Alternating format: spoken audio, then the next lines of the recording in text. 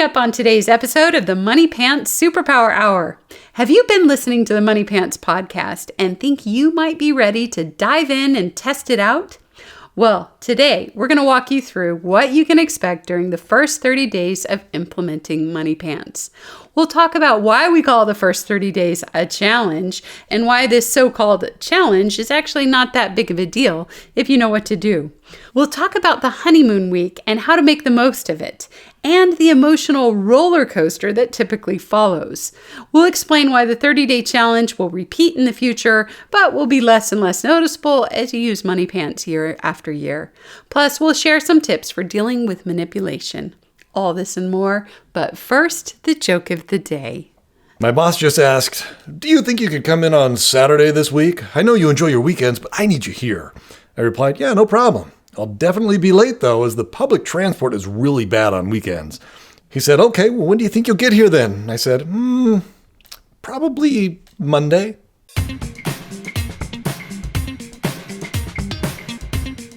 Hello, everybody, and thank you for tuning in to another episode of the Moneypants Superpower Hour. We are your hosts, Hannah and Fontaine Judd, and we're the proud parents of 8 sons and 7 daughters, ranging in age from newborn to college student. We're both BYU graduates and the creators of Moneypants. Head on over to CaptainMoneyPants.com to learn more about what we do and what we're all about. We believe every person on this planet has been given at least one superpower to help them accomplish their unique mission in life. But the only way to unlock those superpowers is through work ethic. That's when greatness happens. And that's where Moneypants comes in. Moneypants is the complete toolset for cultivating work ethic in all aspects of a person's life. And today's topic is the 30-day challenge. Hannah, we have been needing to kind of get to this we mentioned this last year, actually, in one of our very first podcasts of, hey, we'll come back to this topic at a future date. And well, here we are. The 30-day challenge is kind of like the culmination of, okay, well, we've introduced all these concepts, all these principles, and you're like, and maybe what it boils down to is once you've got the key ideas down, then you got to implement it. You got to do it. This is where the rubber hits the road. Yeah, we always recommend that people listen to the podcast first. Yes. The app is a tool, but it's like if you had a tool and like, let's say, I don't know, your jigsaw or something like that down in the garage. Great tool, does great things. But if you have no idea how to use it, Yeah, does it matter? You'll be like, you're not going to value that tool. Right. You need somebody to show you how to use it. And then you're like, wow, that does amazing things. But you're not going to really have the sense of how, this is a great tool. I need this if you haven't listened to the podcast first. We highly recommend not only listening to the podcast, though, but listening to them over and over again. I'm going to share a secret here. You and I listen to the podcast. We're like, oh, I forgot about that. I'm like, oh, yeah, I forgot about That's that. That's a good point. Oh, these guys are smart. Yeah, because you forget these things. And, we prepare for each podcast. And we try to do all of our background, the research and checking. And we also try to record them when it's all fresh in our memories. And it's amazing to me how quickly I forget some of these little principles. Yeah, if we don't revisit it ourselves, we forget. So yeah, listen to the podcast over and over again. They're really good. So, but with that said, I was talking to a sister-in-law of mine who was listening to the podcast, and she was like, yeah, so I was listening to the podcast, and if I remember what she said right, she's like, but I was a little bit hesitant. Like I wanted to try it, but I thought it was going to be so hard, and I downloaded the app, and to my surprise, it was actually really intuitive and I understood it and it was great. And the stuff on the podcast was absolutely right. And it helped me out so much. And she went on and on about it. But that whole diving in and actually trying it out and getting started with your family, if you're feeling like my sister-in-law, like, oh, this is going to be hard. Am I going to be able to do this? We're going to try to walk you through what to expect, and also encourage you to, if you've been listening to the podcast, to, try it. Maybe if you've listened to the podcast up to this point, the first, 50 so podcasts, it's time to try it out now. Yeah. And having said that, so let's just kind of get into it, Hannah, so it's called the 30-day challenge for a reason, because well, first of all, it's challenging. But we don't want to like my sister-in-law was a little psyched out, like it was going to be super hard. We're calling it a challenge, but let's explain what we mean by that. Well, and we'll share it's actually not that big of a deal, but it's 30 days. And during those first 30 days of using Moneypants, some things, the things you have to look out for, things that you definitely have to do, and a couple of little tricks and tips of, well, this is how you avoid certain problems. And we kind of broke it down into basically 4 weeks, where there's week 1, which is the honeymoon period. There's week 2, which is where the job timer becomes your best friend. Week 3, where you learn to avoid negotiation, pleading, and avoid begging, and don't give in to that, and manipulation. And then week 4, just a couple more little tricks to get the kids over the hump. And then that's it. The 30 days are over, and you're off and running. So let's kind of talk about those where... Yeah, and now this doesn't just apply to people who are starting the app for the first time. Mm-hmm. It also applies every year when you reassign out jobs. Anytime you change jobs around. Anytime you change around the jobs, you'll go through this. You're going to go through the 30-day challenge. Yep. And so we're going to describe what that is and in more detail. Yeah, and again, what to avoid, what to look out for, and just things to anticipate. And it makes it easier if you know, what's happening right now, that's normal. That's normal. So here we go. The first week, once you get the kids, you got the app set up, and you've got all the job assignments set up, and everybody has their own budgets and spending plans, and everyone's ready to go. That's the first week. We call that the honeymoon week, because what happens is everybody's excited, and it doesn't matter if you're doing Moneypants, or if you just moved into a home, or if you're starting a new point chart or a job chore chart, or whatever it is. Every family goes through this, and Moneypants is no different. There's that initial excitement of, oh, this is cool, exciting, and new. I have a new job. And the kids are going to be super excited about their new jobs and about the prospect of earning all this money, because you just did a spending plan, and it's like, oh, I'm going to earn $1,500. Heck yeah. And they're excited about earning money for football, or this computer thing that they wanted, or these clothes, or this camp that you're planning on going to. They're excited, and so you want to be sure to use that excitement to your advantage, because it's going away very soon.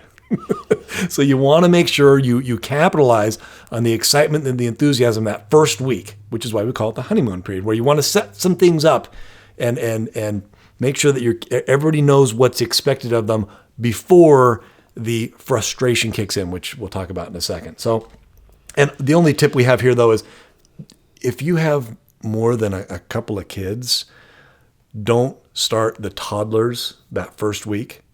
Only implement Moneypants with kids 5 and up. Just don't bother, because training toddlers is a lot more involved, and you just won't have time. So they get to watch, but put them on hold. Yeah, get through the 30-day challenge before you add toddlers into the mix. Yep.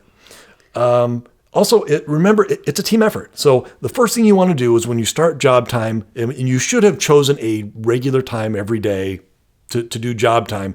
But when you hold job time, make sure that it's a team effort and everybody's working at the same time. That makes a huge difference. And you want to sort this out in a family council. Like if you're... Right after dinner. So say, hey guys, we're going to be switching up jobs, and you want to talk about it and as a family, and also decide when the job times are going to be, when the inspections are going to be. And we've done various versions of this, Hannah. There was a time when I was, working away from home, and you'd have job time at 5 o'clock or 5:30, so that, when I got home at 6, I would just jump right into inspections.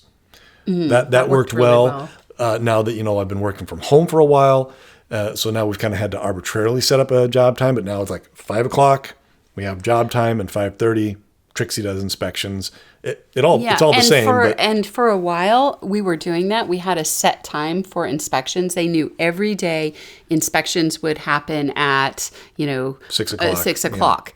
Yeah. And we stopped doing that because you were working from home and stuff like that. And a couple months ago, the kids came to me and they said, we liked it better when we knew what time inspections were going to be at, because if we felt like our jobs were messier than usual, or we were tired or something like that, we could get started earlier if we needed to. Right.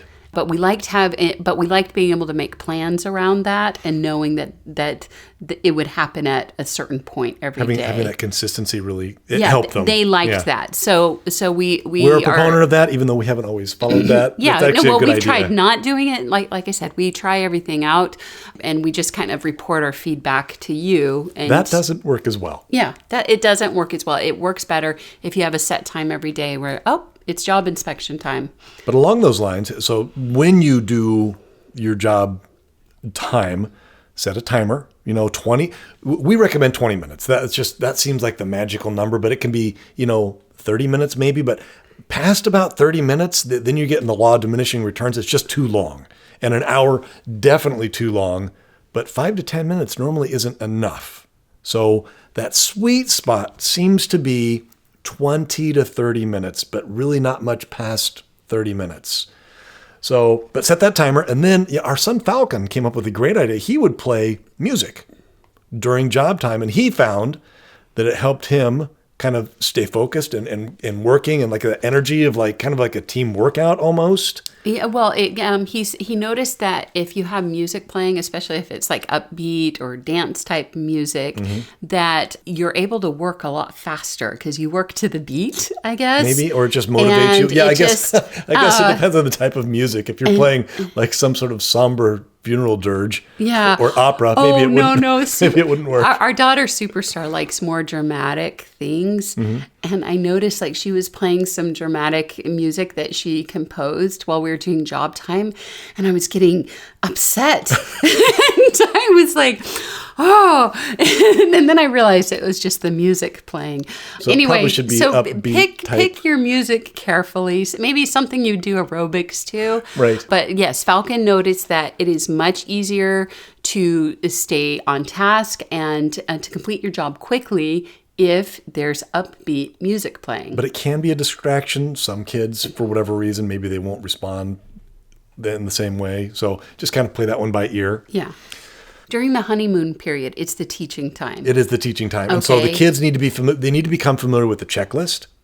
And if you have younger kids, like for each job, you could use emojis so they know like what the checklist, each of the items represents. But there should be the checklist. This is also part of the time where you refine the checklist of what goes in there and what qualifies as done. And this will be very important because you don't want to have these discussions later on. You want to get this all nailed down this first week of exactly what is required for the job. For instance, if the job is the kitchen, make sure to say counters wiped, appliances wiped, stove wiped, behind the sink, edges clear. Like be very clear what exactly is qualified as done. Sink shined, strainer emptied, all that stuff should be in the checklist. So there's no confusion in the future when the kid says, well, I did the job. The kitchen's basically clean. No. Yeah. Did you wipe the counters? Did you empty the strainer? No. Is the sink clean? No.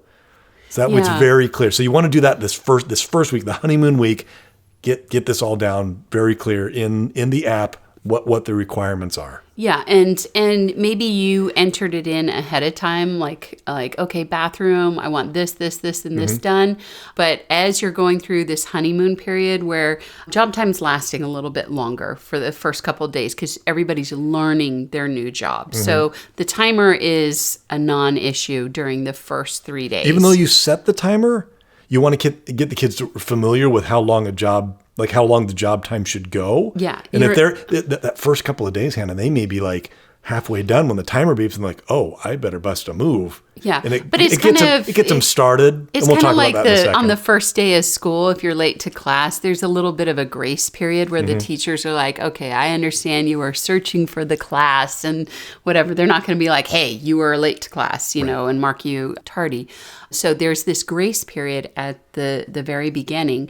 But during that grace period, you are teaching them their jobs, but you're also updating that list. Like let's say as you're teaching them the job, you realize that the checklist, the job inspector checklist, it's missing something. Right. Or it's too complicated, or, and so you want to refine that checklist during the time because it's just, that's the appropriate time to do it. Because after this, you need to stick to that checklist. Right. This is where you establish your expectations of the standard that you expect for the rest of the year. Yes. And so what you do in those first 3 days of explaining the job, explaining what you expect, making sure it's on the checklist, that is going to be the standard that they're held to for the rest of the year. Right. And so if you're like, you don't want to be sloppy, is what I'm saying. Don't be like, oh, good enough. And, the only thing that you're going to be somewhat lenient on is the time it takes to complete the job, not the final quality of the job being done. Yes. And so that's what you're establishing that the first point is teaching them how to do it and the quality that you expect. Now, something we've done, Hannah, and I thought this was very helpful for our family, was we made little videos to show how to do the job the most effective way. And then we would let the kids watch them. And it's even helped me where I would do the bathroom. I'm like, okay, I'd think back to how the video showed how to clean the bathroom, top down, go, okay, got it. And I would just think back to that. But if, maybe your family situation is different, because we have videos, but every family is different. We can't make videos for every different scenario. So maybe if you want, because everybody has a phone and a camera on their phone, make your own videos. Make your own little videos to show the kids what's expected, and then they can watch those. That may be helpful. Just a little tip there. But for our family, yeah, that works really well. It does. It's especially for younger kids, but even for me, I'm an adult, and it helps me to think back. Oh, wait, what were the steps in the video? Oh, that's right, because I've seen somebody else do it. It just helped me, and it was an organized way.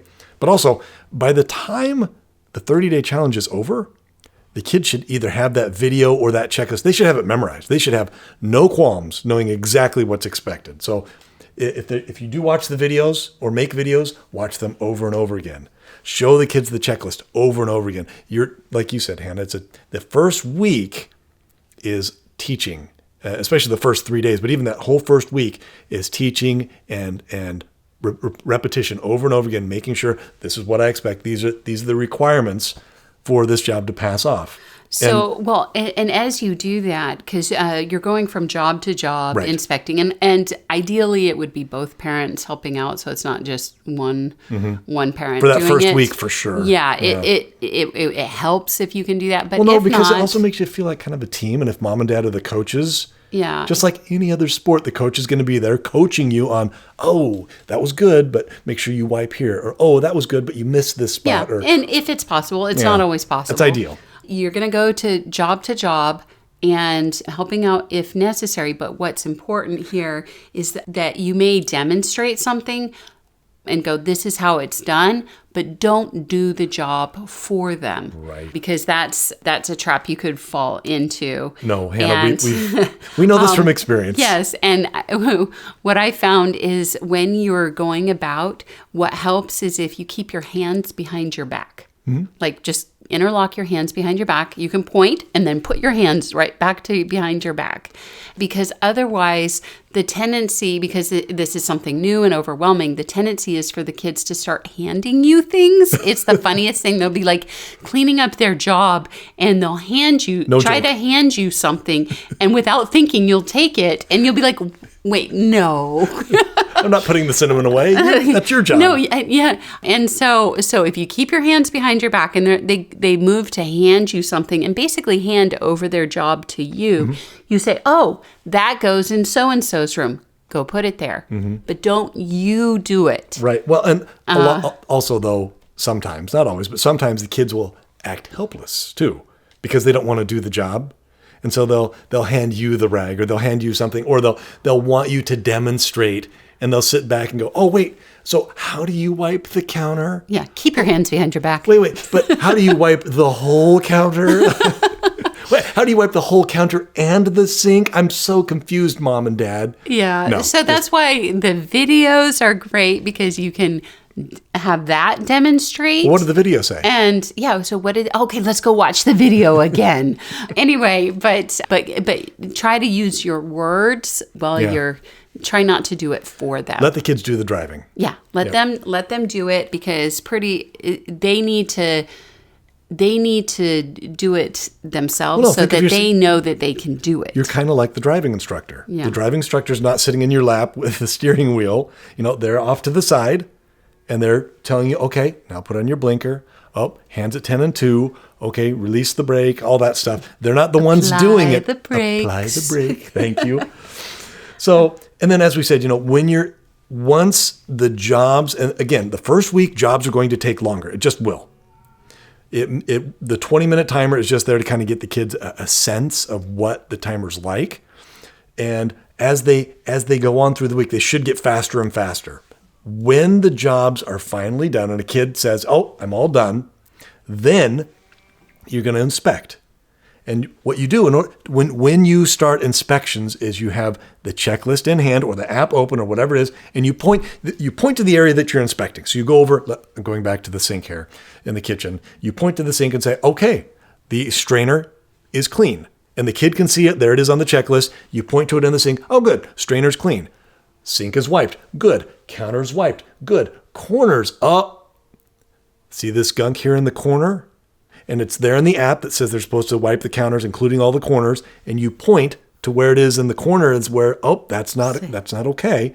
You need to get in there with the corner, the edge of the rag. This doesn't pass. And clean it up. This won't pass here. And all you do is you point out any parts of the job that are incomplete or unsatisfactory. But also point out the parts that are done right. Right. Say, okay, the toilet looks fantastic. The lid is wiped. Underneath is wiped. The bowl is wiped. The sides are wiped. Fantastic. That passes. Yep. Okay, but look, the floor behind the toilet, it's gross. You got to wipe all the way through there in order to pass. Exactly.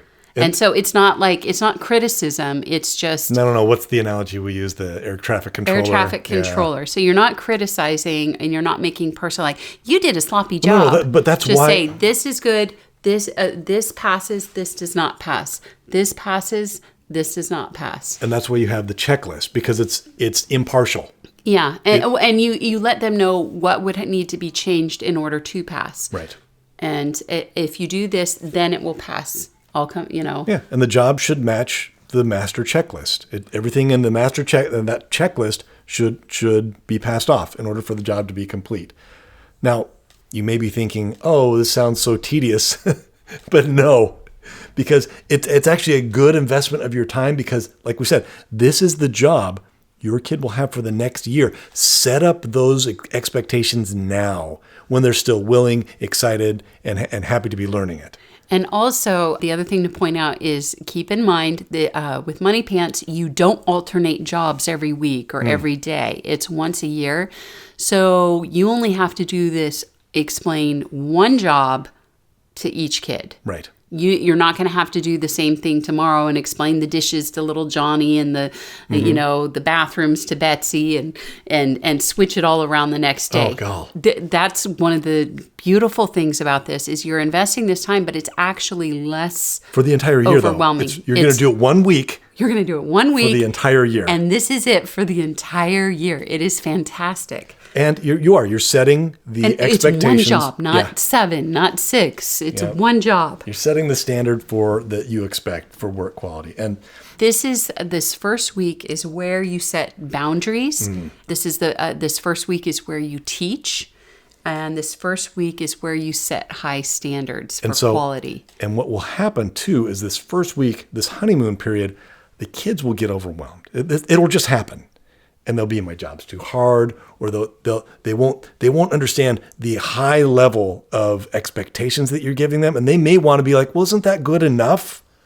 And you're going to say, "No, you're not going to accept a half-done job." And we've actually had that question for parents like, "Well, my kid did half. Can I just pay them half?" Well, is that the thing you want to teach your kids? Like, do you want to teach them that halfway done is good enough? And in a real world application, I think let's just take that to the logical extreme. If you hire somebody to paint your house and they do half the job, are you going to pay them half? If you go to the beautician and try to get a haircut and they cut half your hair, are you going to pay them half their fee? You know what? I have paid beauticians, but I'll never go back to them again. When they've done a bad halfway job. Let me take it to even a further extreme. If you go to the hospital and get half a surgery, okay, are you going to pay the doctor half? Or better yet, if you only pay half your mortgage, will the mortgage company only take half your house? Oh, So, no, we say expect a full, complete, 100% job from your children. And they're very capable and they're perfectly able to do it. And I guess we'll talk about that more in a second. so But point is, unless you want a half-done bathroom for the next year, set high standards from the get-go.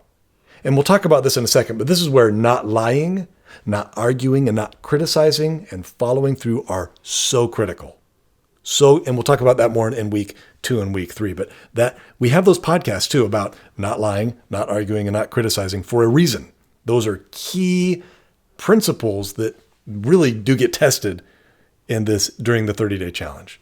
But also during the honeymoon week, you allow multiple inspections. This will not hold true after the honeymoon week, but during that first week, you will allow multiple inspections where you go. Let people know, because you don't want them to think that you're lying, right? Or not actually enforcing something that should be enforced. Say, during this first week, I'm not going to enforce the timer. Because we're all learning our jobs. But yes. I do expect this. I expect 100% completion. I expect things to be just right. Yeah. So I expect a high level of accuracy and precision in your jobs. I expect it to be done right. Yeah. So, and that's just it. Even after the timer beeps, you will continue to give feedback, because the whole goal of the honeymoon week is to get the kids to do the jobs correctly, but also independently, so that when job time comes around, they know what's expected and they know what to do. And of course, then once they've finally, maybe they've done 2 or 3 inspections, you've gone around, you have 3 kids and you've done the kitchen, and it's taken 2 or 3 rounds for them to finish the kitchen. You've done 2 or 3 rounds with your child doing the bathroom, and you've done 2 or 3 rounds with the kid, cleaning the living room and whatever else. Then once everybody's passed the inspections, then let them know, hey, you passed. That's good. That's what I expect. That's what this job entails. And then you can either let them mark the points, which is always satisfying, or you can mark the points for them. But whatever the case, let them know, say, hey, you passed and your job's complete. And that's such a satisfying feeling. It may have taken 45 minutes. It may have taken an hour. Remember, this is a small investment of time that first week, because it's going to pay major dividends for the rest of the year. All right. So, and also another little trick. This really helps during the honeymoon week, is to have rewards extra rewards for when they complete their jobs. Yeah. So like the day everybody's starting their new job. This is a great idea. It's a big deal. Go buy donuts. Mm-hmm. Have something fun. Just say, hey, everybody's learning their new job, but once you pass it off, I bought donuts for anybody who can get their job passed off. Or promise them, hey, we'll all go out for $1 ice cream at McDonald's or Burger King or whatever. Something fun. Just do something fun. Once everybody's done, though. And if certain kids are having a problem, the idea is to have a team spirit, a team effort of everybody's working towards a common goal. Mm-hmm. And mom and dad are the coaches, and they've got these. It's just an extra layer of rewards that first week to motivate, because these are new behaviors too. Some kids may have never helped out around the house. Some kids may have just run off to school and come home and the house is clean and their bed's made and their laundry's done. They're like, wow, the chore fairies did it. They didn't realize that mom was the one doing it while they were gone. And so being introduced to these new ideas of, manual labor, using a rag, cleaning, like it's new. It's new. Maybe they're stuck doing the laundry and they're like, I have no clue. And it's a little overwhelming. So this extra layer of rewards of, hey, here are donuts. As soon as your job passes inspection, you can have a jelly donut or whatever. Yeah. And what's cool about that is not only are they eating the donut, but they basically just prove to themselves that they can do a job where all of a sudden they actually enjoy this because their confidence. Hannah, how empowering is that? It's very empowering. It's like, oh, I know how to drive a car now. Or I know how to do laundry. I know how to make bread. I know how to do this. It's a good feeling. And so I know how to clean a room in 5 minutes. Like I can do that. Yeah, anyway. So here's a job that you're like, oh, that's a hard job, and you just did it. It's a really good feeling. Yeah, and so talk about a boost of confidence. Yeah, it does. It actually boosts their confidence, and they enjoy. It's actually kind of the first week. It's kind of exhilarating, learning something new and increasing your confidence in that way. And you're like, previously, maybe you thought you couldn't do it, or maybe you thought You didn't know if you could do it. And now you can. And you know you can. And you're like, and you can do it quickly. Like, that's really exciting. So that's actually enjoyable in and of itself. And so, but the donuts can kind of help you, Motivate. press forward. Yeah. Okay, I'm going to do this. I'm going to finish. And then when you did, though, you're enjoying your donut, but you'll notice they're also enjoying the fact that they were able to do the job. Well, that's a key component to and we talked about this a long time ago, overcoming the fear of work. And so it's just that one extra little thing to kind of help out.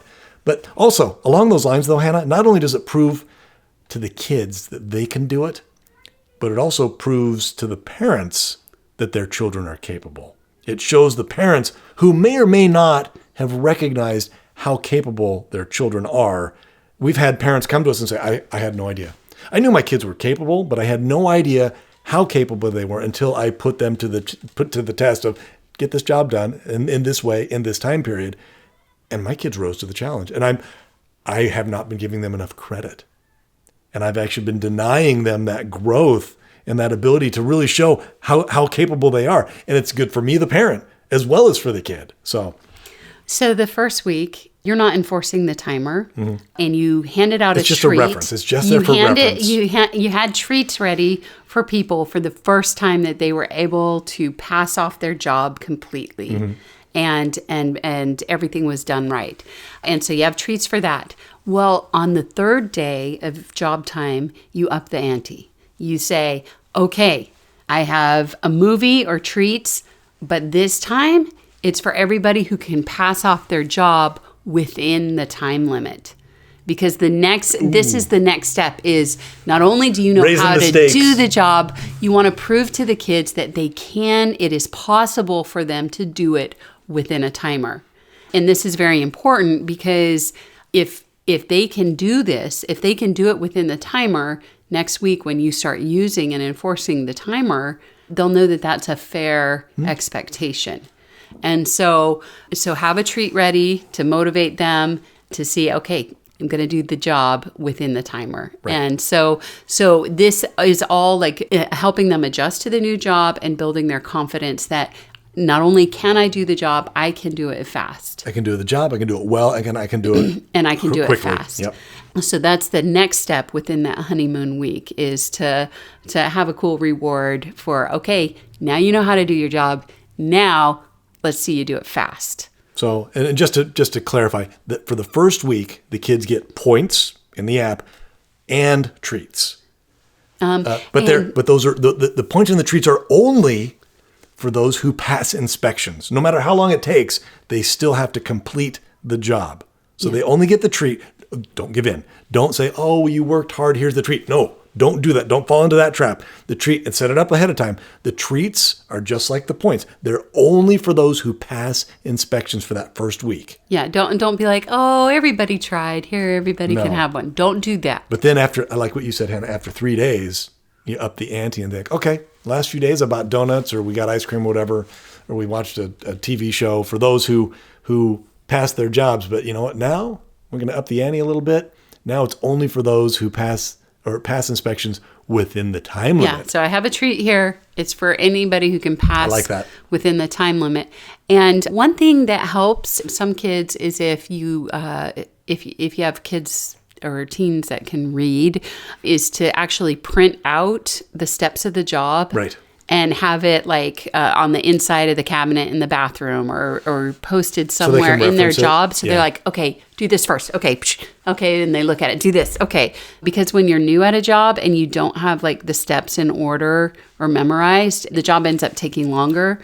So having it there where they can like look and reference it, and maybe even if you have little kids, you could even like draw a picture to say do this first, do this, then this, and have them go in the same order. That helps them go faster. Because we talked about that in our training yourself to train your kids like a toddler. I can't remember what it was called, but the idea was having the same process makes it easier to remember. It makes it easier to remember, and it makes it easier to go faster. Yeah. And so having that posted, that way it's, because sometimes you walk into a job, it's overwhelming. But if you're just going through a checklist yourself and going, okay, do this, got done, do this, done, do this, done. And then you know your job's done. Well, that's what helped with those videos, Hannah, Yeah. is they're in a very distinct order. I actually go back in my head watching like the bathroom cleaning video. And I don't clean bathrooms very often because I've already passed that off.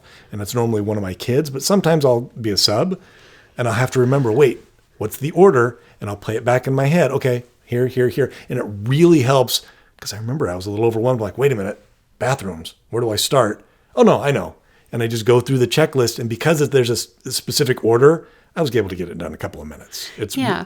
Well, what's cool about this is it also kind of teaches your kids that any big job that they tackle in life, at any outside, it helps to sit down, think about what the process should be, come up with a formula of how you're going to attack it, game plan, and just follow it. Yeah.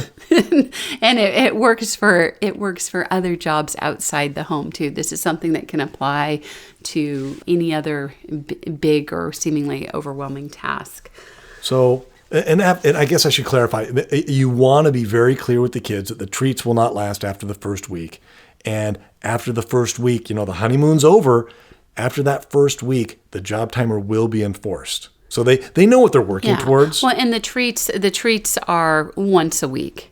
It's the Friday movie night. Right, after that honeymoon week, yeah. Yeah, it's a once a week treat thing. And not a daily. It's payday once a week. Yep. Of course, it's a little bit different for toddlers, but that's a different podcast. But for the older kids, you do the delayed gratification, and the rewards come once a week. When you also want to explain to them that if they don't pass by the time the timer beeps, they're going to lose the job, they're going to lose the pay, they're going to lose the treat, and they're going to lose their job bonus.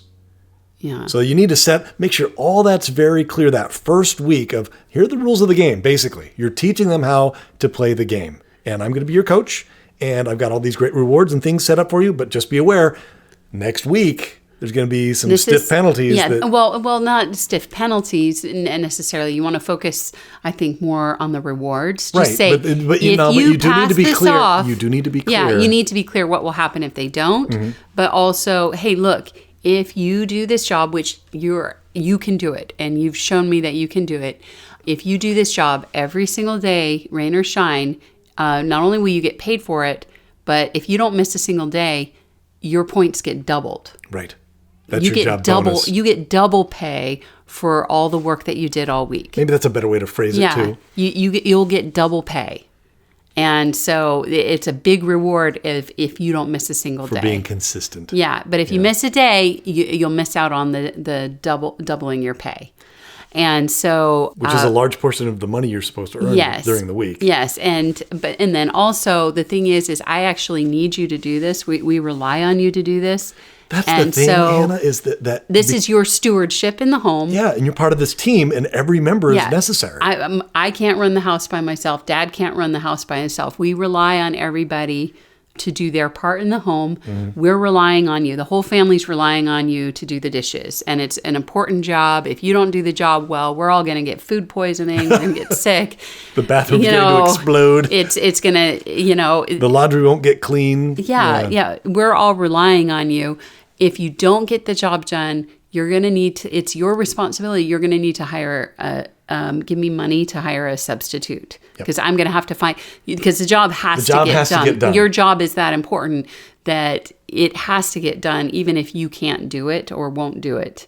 And so, but it's your responsibility. So if you're not going to do it or you can't do it, we got to pay somebody else to step in and do it. It's just neat though for them to feel that they are a necessary component of this team. Yeah. And it's not like a made up thing. You actually do rely on them, and their job is important. So that's that first week. What was this whole COVID thing of calling people's jobs like unnecessary? Essential jobs. Yeah, I just say we all have essential jobs in this family. Yeah, nobody's unnecessary. Yeah. And nobody's job is unnecessary. Yeah, these are all essential jobs. Yeah. So that's kind of it for that first week of the honeymoon week. Everybody's excited. Leverage that excitement to your advantage. Don't include toddlers. Remember that it's a team effort. Your mom and dad are the air traffic controllers guiding the kids into getting their jobs done correctly. They're the coaches correcting, however you want to look at it. But the idea is you're this team effort. Mom and dad are making sure that the jobs are done right. The timer is more of a reference, not being enforced. And you're having extra treats and extra rewards to motivate that behavior, but you're setting the expectations up very clearly that first week, which then leads into the second week. Where you set the timer. And and we did a podcast, The Job Timer, your friend, the job timer, where it really is your friend. It is your friend and your kid's friend. All sorts of benefits. It's actually a very merciful thing. So once job time is established, after that first week, the job timer really is everybody's friend. And you should use it. You should use it for everything, not just, job time, but that's another podcast. The reason we do this is to make sure that job time doesn't drag on for hours. If you let job time drag on, basically you're going to teach your kids to dread and hate job time. Everybody remembers when they were a kid and they were assigned a job. I remember I was assigned picking rocks in the backyard. I was there and it was just an insurmountable job. I'm like, it's going to take me all day. And I was 5, 6 years old, 8 years old, whatever it was. And I would just pick up one rock at a time and put it in the pile. And it's like, don't turn job time into that. Job time should be a good thing and an exciting thing, and it should be done quickly. And so if you let job time drag on, you will teach your kids to dread and hate it. But if you hold kids to that half hour or 20-minute job time, it's just enough time to get their jobs done. It's a big push, and then it's over. And as we mentioned before, 20 to 30 minutes is about right. An hour is way too long. They just don't have the energy to really, it's like a sprint almost, or you don't do a 1 hour sprint. You do 20 to 30 minutes sprint, push hard, and then it's over. And then, of course, 5 to 10 minutes just normally isn't enough. But the neat thing about the timer is it reduces the temptation for the parents to step in and do the jobs themselves.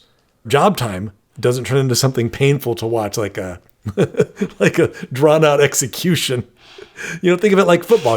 It ends when it ends. It's not like baseball, which can go on indefinitely. No, job time, sudden death. It's over. That's it. So, but also you got to think of it as like it's a mercy rule. If your kid isn't done they're not going to get done. And there's no sense in torturing them and drawing it out and making everybody miserable. Just say, oh, you didn't make it. Sorry, that's a bummer. Try again tomorrow. I have to give your job away.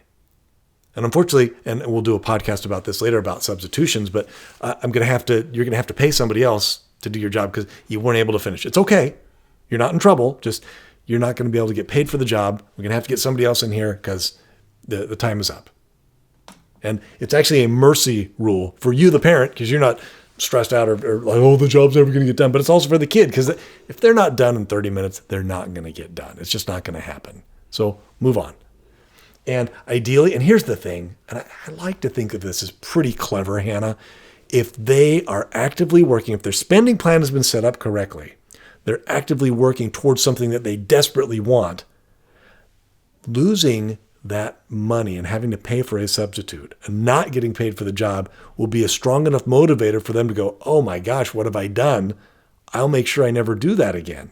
If they're actively saving up for swim team and they really want to do swim team with their buddies, then any money that they're not earning is going to be a major detriment to that goal that they have. So you got to make sure that it's part of that cohesive whole of they're actively working towards something that they want, which is why the spending plan is so critical. Anyway, just a little plug there for the spending plan.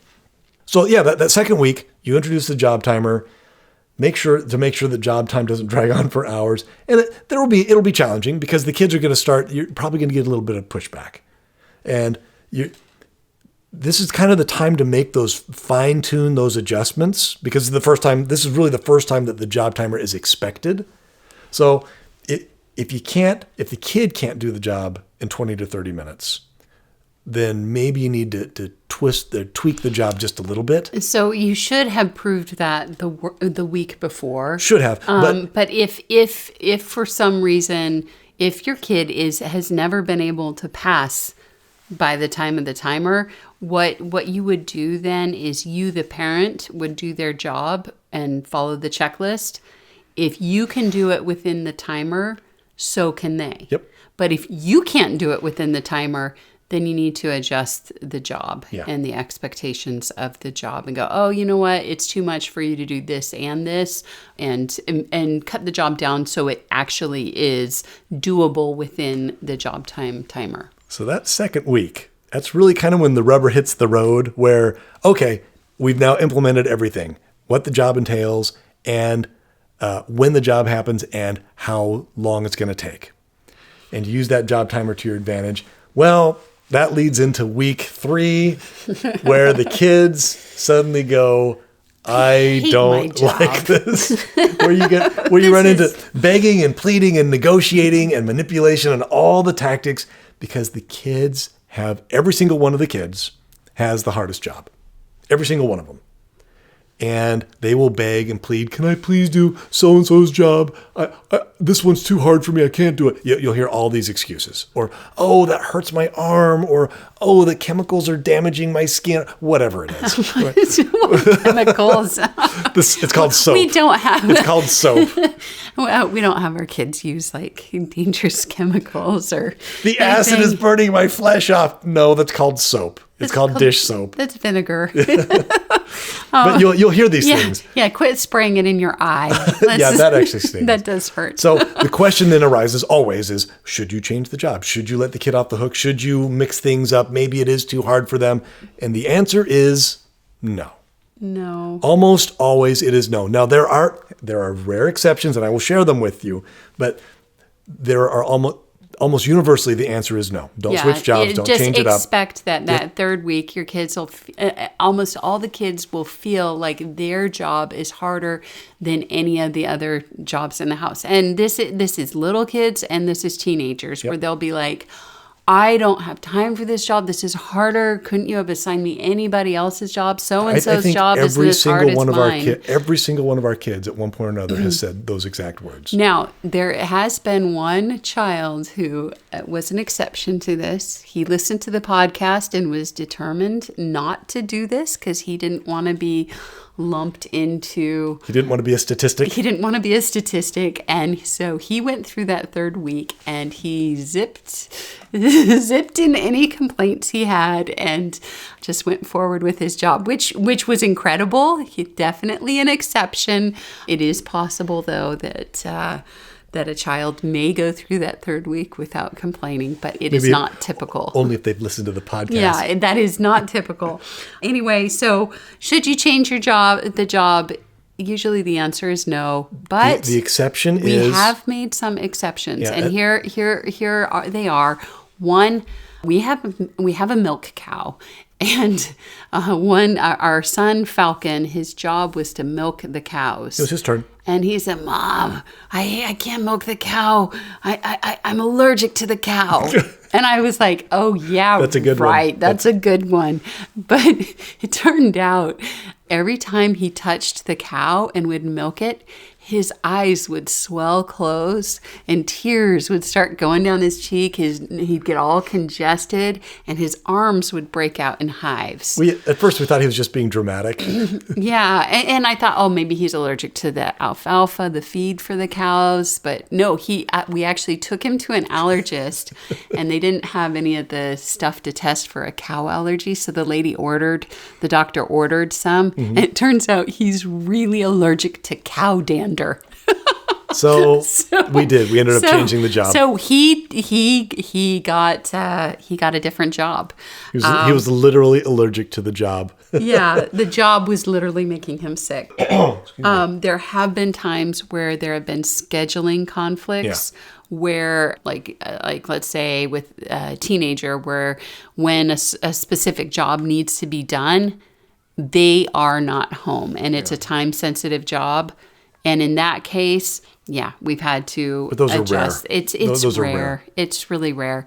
So, but if your kid is saying that the job is too hard and that everybody else's job is easier, that's normal. Mm-hmm. And you don't need to be mean to them about it, but you need to be firm and say, well, that's too bad, because this is going to be your job for the next year. And this is something you need to know how to do before you leave home. And by the end of the year, this job is actually going to become easy for you. You can also offer to help. Say, hey, so what about your job is stressing you out? Maybe I can help. Or maybe give you an idea, because a lot of times there are easier ways to go about a job, like that will help it go faster or be easier. So you can offer support, but do not change the job. Yep. And don't let them think that you are considering changing their job, because that'll give them that hope. If they get that hope, then they'll push it further. And I want to go back really quick, just when it comes to inspections. I wanted to point out, we kind of skipped over this, and I want to make sure I hit this, where when you're doing job inspections, you have to stick to the checklist. And there's a bunch of reasons why. First of all, it'll make your job as the job inspector, it'll make your job easy, because the checklist accomplishes multiple things. I have 5 things here. First, it eliminates confusion as to what's expected. The expectations for the job are clearly defined. There's no question or confusion as to what qualifies as done. Either it's done or it isn't. Number 2, it eliminates favoritism, and it keeps the inspections objective and fair. You're going to get a lot of complaints about your kids saying it's not fair. The checklist, if it doesn't change and you're going off of it, it will make sure that the inspections remain objective and fair, because the same requirements apply to whoever has the job, not just you, Sally. Number 3, it helps avoid manipulation and emotion, and we'll talk about that in a second. The checklist is straightforward. Either the mirror is polished or it isn't. Either the toilet bowl was scrubbed or it wasn't. Either the trash was taken out or it wasn't. Number 4, it also eliminates the need for criticism. And we talk about this, Hannah, where, criticism is that personal attack on the kid. Oh, you did a sloppy job. Where we're not about that. It's like, with the inspection checklist, you're just evaluating if something is done or not. It has nothing to do with how you view your kid. Again, we go back to the air traffic controller analogy. You're helping the kid, you're helping the pilot land safely, and you're constantly giving him corrections and feedback. You're not calling him an idiot if he's off by a few degrees. You simply tell him to make a minor correction to get back on course. The job inspector uses the checklist to do the exact same thing. Give your kids corrections on the job that they've done until they've completed it and landed the plane safely. And then number 5, it ensures there is consistent quality. Because this is an important part of the work ethic you want your kids to carry with them throughout life. I love this quote, Hannah. If something is worth doing, it's worth doing well. We believe that chores are worth doing, and therefore, by extension, they're worth doing well. And if your kids learn to do a job well, whatever they're tasked with, if they learn to do it well, then Moneypants has been a success. That's the whole point of Moneypants, is that work ethic of doing quality work. Yeah, this is Moneypants. The whole concept is about developing work ethic and helping your children have that quality and that character.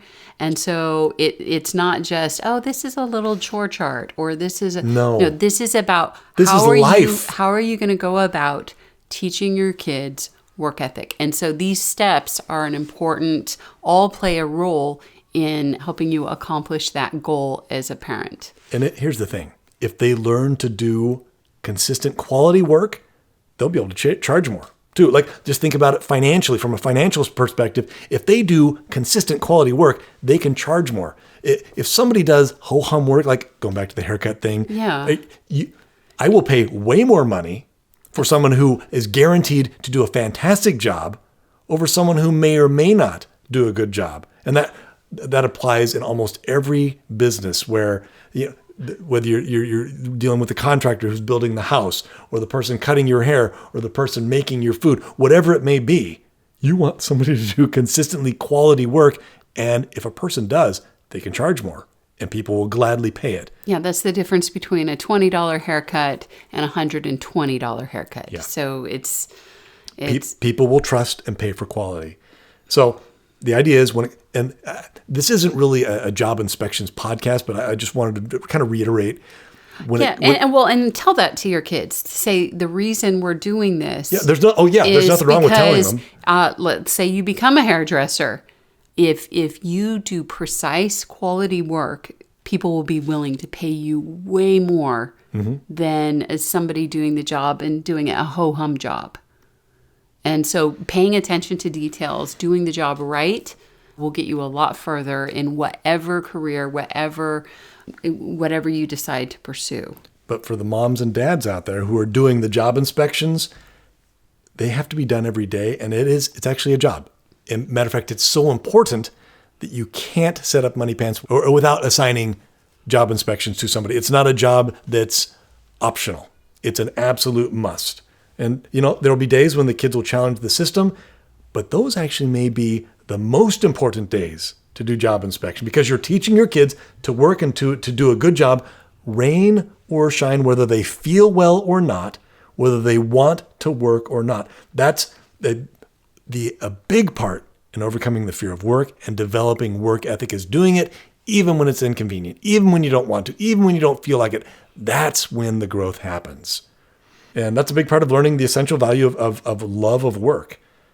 So anyway, just kind of a sidebar there, but I wanted to make sure I hit that point where inspections are critical and how you do them, it really changes the effectiveness of Moneypants. So, all right. On to week number. Okay, yeah. So the third week was the begging and pleading and trying to convince mom and dad to switch the jobs because they had the hardest job in the house. And the grass is always greener, Hannah. Yeah. Somebody else's job is always easier. I always get stuck with the hardest one, blah, blah, blah. Well, okay. So that's the third week. Yeah, stand firm. Don't stick to your guns. Stick to your guns. And then you move on to the fourth week. Now, the fourth week, they've kind of given up. If you stuck to your guns, they've given up on getting you to switch the jobs. Mm-hmm. So what the common tactic on the fourth week is to swap jobs with their siblings and leave mom and dad out of it. Well, no, because it works great. Both of the kids think that the other kid's job is easier. So why not swap? Hey, you're doing the dishes. That looks so easy. I'm cleaning the table. Tell you what. You clean the table. You do my job. I'll do your job. And both of them go, yeah. Every time. This happens every time. And you have to put the kibosh on it. It may not take till the fourth week. It may happen sooner. But typically. When this happens. You want to make sure you put the kibosh on that because, and just say it very, very upfront, very matter of fact, no swapping jobs. Nope. Nobody can swap jobs. The only time that you can do somebody else's job is if your job is already done. Then if you want to help somebody else do their job, absolutely, but that's only after your job has been inspected and passed. Yeah. You are not allowed doing someone else's job until your job is passed off. So that's the rule there. And you'll typically about the fourth week after they've tried all the techniques with mom and dad trying to manipulate and beg and plead and get mom and dad to change their job, they finally go, well, that didn't work.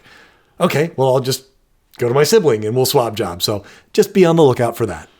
But I wanted to touch briefly though, because all throughout the process, there will be attempts at manipulation. And I wanted to just briefly touch on what manipulation is and kind of how to avoid it. So I think part of it is a lot of parents don't realize, and we talked about this, where they don't realize how capable their children are. And they make excuses for their kids and let them get away with doing sloppy or half-done work. But I think deep down, they know their kids are highly intelligent, capable kids and beings. But for some reason, when it comes to chores, their kids are suddenly incompetent. And parents feel guilty when their kids cry or whine or manipulate, and so they give in.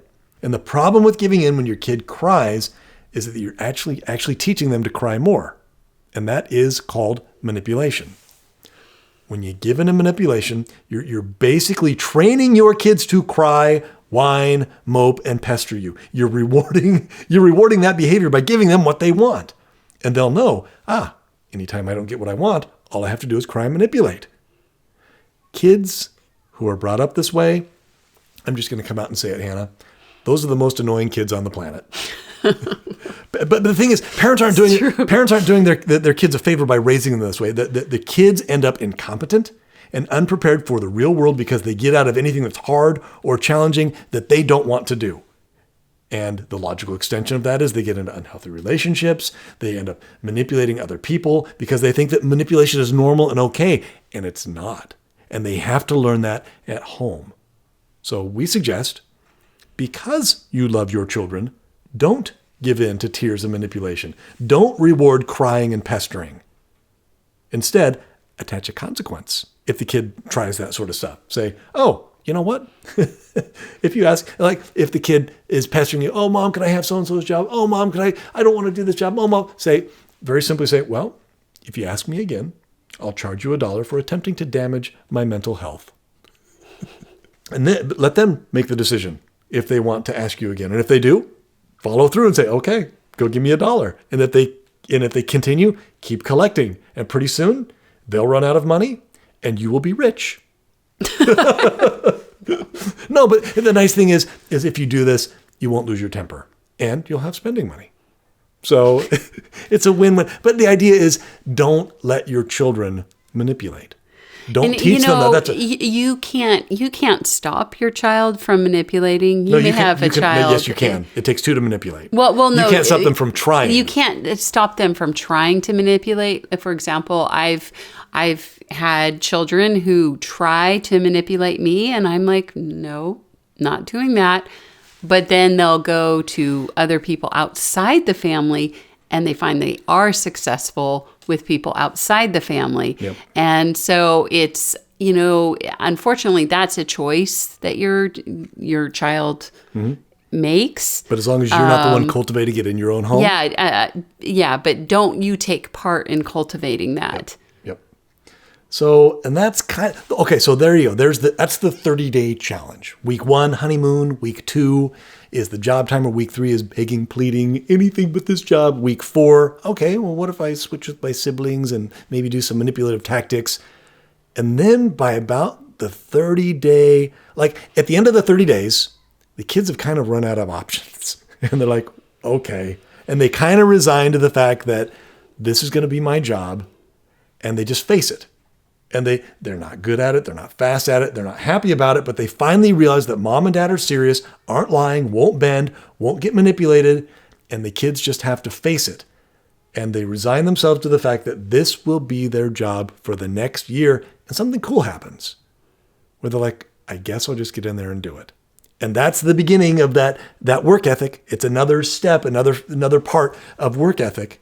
And the neat thing is from this point on, it gets easier and easier. And by about the 3-month mark. Yeah, give or take. But by about the 3-month mark, the kids embrace their job. They no longer, it's no longer just resignation. It's, oh, this isn't so bad, to this is actually kind of easy, to, oh, I look forward to it.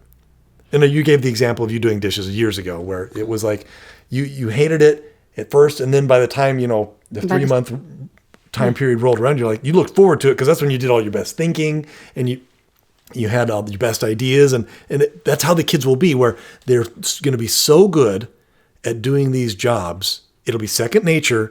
And that's when they'll get all their thoughts out, or it'll be their me time or their Zen time or their relax time or their idea time or whatever. And they'll actually look forward to it. And they'll come up with their own processes of making things go more efficient and quicker. And they'll be done well before the 20-minute or 30-minute timer. And it's really fun to watch. Well, and it's also cool because every day when I hear the music playing downstairs, I know it's job time, but it kind of like, it makes you want to get in there and work along with everybody else.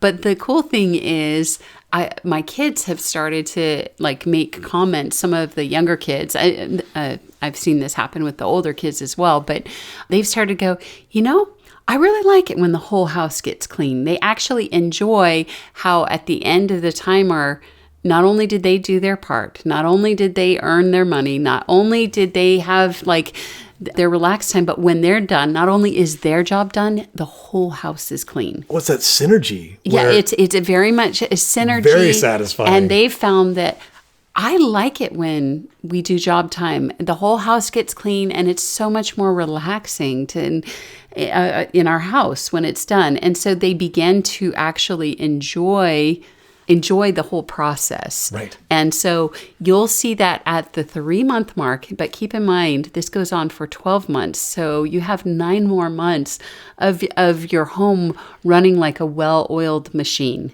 Well, but it's also there's that team there's vibe. the teamwork, but there it really, really eliminates stress.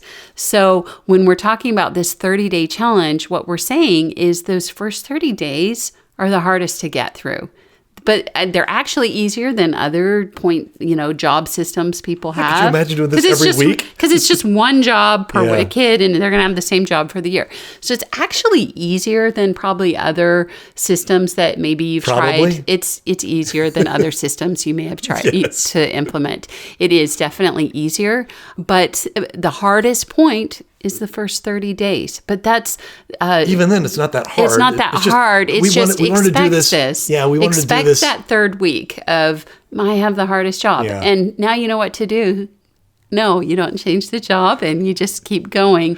And this is what will happen. You don't let them switch jobs the fourth week. And then they're going to resign to their job. And then by month 3, they're going to embrace their job. And then it's just smooth sailing the rest of the year.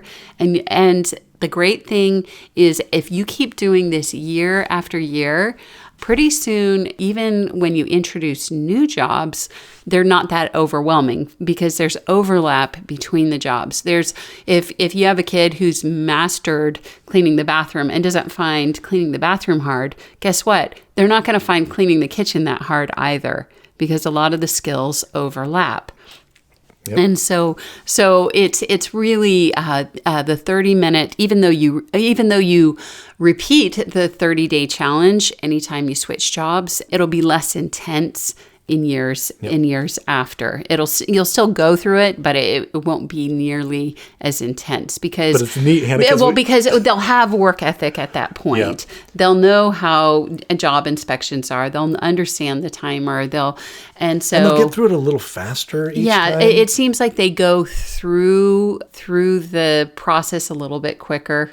And it's not as intense. But we've done this enough to know this is what happens. Yeah. And maybe it's like the 5 stages of grief, where it's denial, and then you fight against it, and then you finally accept. I don't know all the steps, but it's kind of like that. In the 5 stages of grief. Okay, good. 30-day challenge, 5 stages of grief. But the neat thing is when they finally do, they accept it, and they're no longer looking for somebody to come save them. And that's the neat thing, is because they embrace the job. They're the ones, and it's so empowering to know I can do it, and I'm capable, and I'm capable. I can do this on my own. I'm capable. I'm contributing. I'm necessary. And there are a lot of good realizations that come through this. But the first 30 days, just stick to your guns and just carry on with what you're doing. You're doing the right thing. And this is the promise. It will work out. The kids will learn work ethic. The system works. It does. Well, it's funny. Even the kids that I've had who have been manipulative and tried all the tactics to try to get out of their jobs, from stuffing garbage in very creative places, to even those kids have, if you stick to your guns, even they will learn work ethic. Yeah. You know what? They're going to learn work ethic from you because you stuck to your guns. Even the most difficult of children. Even the most difficult of children will learn work ethic. Yep. So anyway, which is what Moneypants is about. That's what we bring. That's what we bring to the table with our product is, hey, this will teach work ethic. That's the idea anyway. So, and that's it. Those are all of our thoughts on the 30-day challenge. If you like what you hear in this podcast, please tell your friends. They may want to listen too. We may share something, a solution to a problem they are currently facing and looking for an answer for.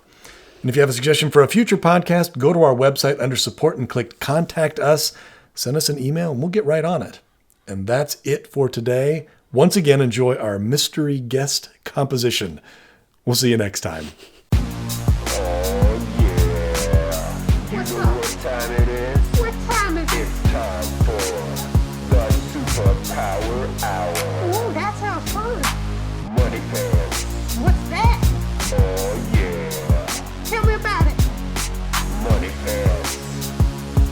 Ignite greatness in you. Unlock your superpowers. Ooh, I have superpowers?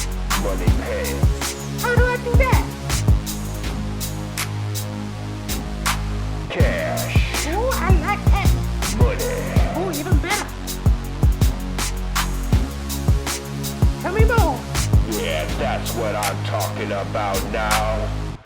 Talk about Cash. what? Cash? Money. Yeah, money. I like money. It's time for you. Oh, yeah, I'm so excited. Money pants. Hey, give me some money pants. Yeah, money pants. I want money pants. Every day. All I want is more money pants. Me too.